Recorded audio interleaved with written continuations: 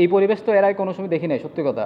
Even retirement কোনো সময় দেখি নাই। যে একটা সময় মনে হচ্ছে এটা রিটায়ারমেন্টের দিকে যাচ্ছে, পরে দেখলাম যে এটা 100 টেস্টের মধ্যে হচ্ছে না।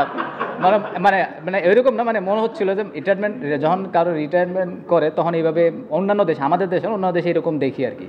তো আমার নিজেই দেখে অনেক ভালো লাগলো। তারপরে আমার কাছে মনে হয় যে এই জিনিসটা, এই কালচার যদি সবসময় থাকে বাংলাদেশে, তো ইয়াং জেনারেশন যারা আছে তারাও কিন্তু আপনার টেস্ট খেলার জন্য, তবে 100 টেস্ট খেলার জন্য অনুপ্রাণিত হবে। যদি আমার ক্ষেত্রে বলেন, ভাই আমি কালকে বাঁচবো কি বাঁচবো না আমি জানি না, বা পরেরটা পরে দেখা যাবো, আমি কালকেরটা আজকেরটা আজকে, তারপরটা পরেরটা দেখে। লাস্টের সময় যেটা মনে হচ্ছিল যে, একসময় মনে হচ্ছিল যে আজকে হয়ে যাবে, যদি ওরা লেট করছে এই কারণে হয়তো হয়নি। আর আমিও মানে খুব বেশি অরিড না, কারণ উনি তো আপনার মানে 100 করা, আপনার 200 করা অভ্যাস আছে। তো আমিও জানি যে ওই জায়গায় উনি প্যানিক হয় না, 90 গেলে গেলে খুব প্যানিক কম হয় আল্লাহর মতে। তো ওই কারণে আত্মবিশ্বাসটা আছে যে কালকে গিয়ে অন্য কেউ থাকলে হয়তো একটু প্যানিক থাকতাম, যে উনি যেহেতু আছে আমার মনে হয় উনিও প্যানিক হয় না, আমরা কেউ প্যানিক না। তো কালকে গিয়ে ইনশাল্লাহ হয়ে যাবে। ফেসিয়াল এক্সপ্রেশন তো দেখে আমার কাছে মনে হয় না তো কোনো বয়সে নার্ভাস ছিল, অথবা ছবি টবি তুললে হয়তো বুঝতে পারতাম। না, নর্মালি ছিল উনি। আগে যেরকম ছিল 100 ম্যাচ খেলার আগে যেরকম ছিল এখনই সেরকমই আছে।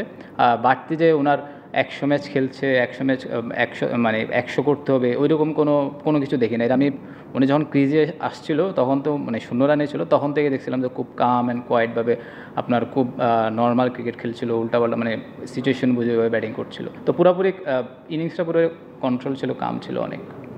না, আমি তো লাস্ট 5 বছর ধরে দেখছি সিরিয়াসই মানে চেঞ্জ হয়েছে। আপনাদের কাছে কেমন লাগে আমি বললাম, আমি তো অনেকদিন ধরে মানে আপনারা যেটা দেখেন আমার তো ওইখানে ওইরকম আমি দেখছি না। আপনারা যেভাবে কিন্তু আমি আসলে ওইভাবে দেখিনি, মানে এখন অনেক কাম রিল্যাক্স, অনেক ফান ফান করে আলাদা। না না না, নর্মালি ছিল, আগের যেরকম ছিল ওইরকমই ছিল। অন্যদিন দেখেন আমার চেয়ে আপনারা চোখে আরও বেশি দেখছেন। আমি তো আপনাদের আমি তো হয়তো মাঠে যতক্ষণ থাকে দেখি, আপনারা সারাদিন মাঠেই থাকেন, তারপরে আপনারা ফেসবুক টেসবুক মানে আপনাদের অনেক বেশি দেখেছেন। তো আমার কাছে মনে হয় যে এইরকম একটা মানুষ আসলে বাংলাদেশে আমি জানি না দ্বিতীয়বার কেউ মানে তৈরি হবে কি হবে না, অথবা জন্মাবে কি না।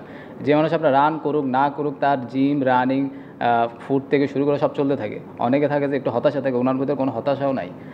ভালো খেললেও আপনার যে সব মেনটেন করে চলতে থাকে। তো ওইটা আমার কাছে মনে হয় ওইটা একটা ফলাফল। এখন উনি 100 টেস্ট আসলে উনি ডিজার্ভ করে, আর সেই সাথে 100 মানে কালকে যদি ইনশাল্লাহ 200 করে সেটাও সে ডিজার্ভ করে।